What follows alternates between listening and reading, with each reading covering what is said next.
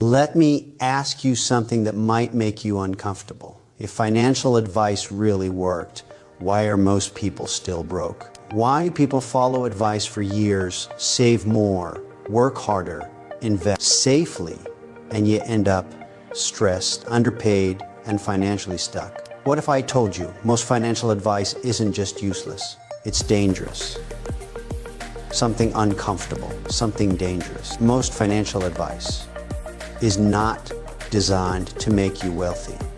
It's designed to make you manageable. Today, I'm going to explain why most financial advice is wrong and who it actually benefits. Most financial advice sounds reasonable. That's why people trust it. Save 10% of your income. Avoid risk. Diversify. Buy a house when you're ready. Be patient. Wait. Delay gratification. On the surface, it sounds mature, responsible, even intelligent. But here's the problem no one tells you early enough. Advice that works for survival does not work for wealth. And the world quietly blurs the line between the two. Survival advice keeps you functioning. Wealth advice changes your position. Most people never notice the difference until it's too late.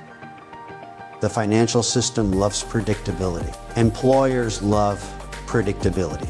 Banks love predictability. Governments love predictability. And most financial advice is engineered to keep you predictable. Save just enough not to panic. Spend just enough to keep the economy moving. Invest just enough to feel hopeful, but never enough to become independent. Independence is expensive to the system. Ownership is disruptive, and disruption is never encouraged in advice meant for the masses. From a young age, people are taught to fear risk. Risk is framed as reckless, irresponsible, something only foolish people take. But the truth is, avoiding risk entirely is the most expensive decision you can make. Inflation is a guaranteed loss. Opportunity cost is invisible but brutal. Playing it safe in a system that rewards ownership is not safety, it's slow erosion. While you're protecting small savings, assets are compounding somewhere else. While you're waiting for certainty, someone else is collecting upside. Here's something that might upset you, but it's true. You cannot save your way into wealth. Saving is defensive. Wealth is offensive. Saving preserves money. Ownership multiplies it. And yet, most advice focuses almost entirely on defense. Cut spending. Track expenses. Delay pleasure. That advice assumes income stays stable. Prices behave rationally. And time is on your side. None of those assumptions are guaranteed anymore. In fact, most of them are already broken. Another uncomfortable truth. Most people don't actually have a spending problem. They have an income problem. But financial advice avoids that conversation because it forces accountability and structural criticism. It's easier to tell people to stop buying coffee than to admit their skills don't scale.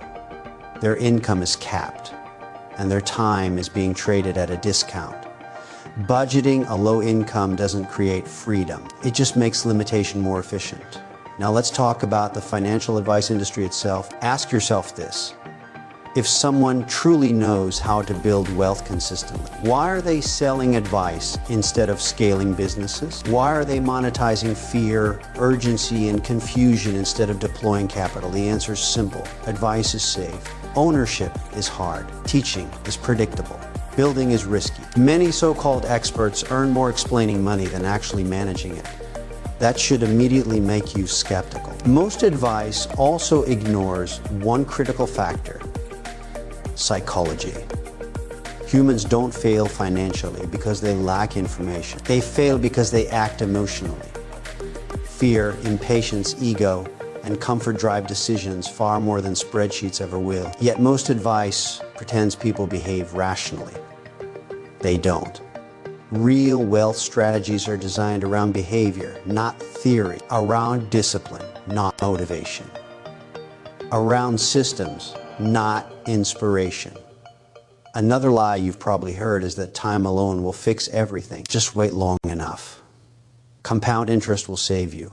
But compounding only works when the base is meaningful. Compounding small numbers slowly while inflation accelerates does not produce freedom. It produces dependency dressed up as patience. Time is powerful, but only when paired with leverage, ownership, and cash flow. Let me be very clear about something. The wealthy do not follow the same advice given to everyone else. They don't obsess over saving pennies. They obsess over acquiring assets. They don't fear volatility.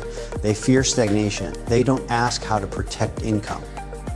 They ask how to replace it. And most importantly, they understand that comfort is the enemy of progress.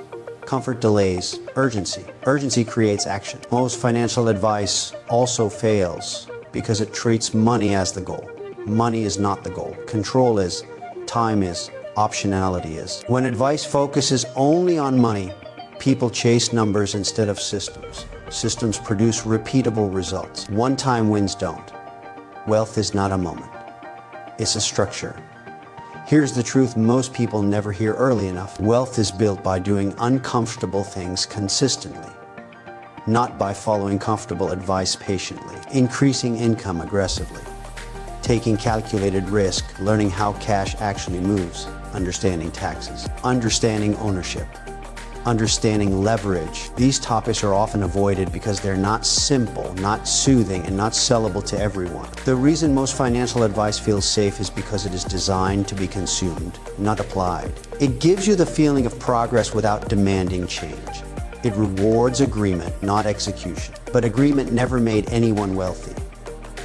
Execution did. So if most financial advice is wrong, what actually works? Not hacks, not shortcuts, not overnight success stories. What works is brutally simple and emotionally difficult. Building skills that the market values. Creating income streams that don't depend entirely on time. Owning assets that generate cash flow.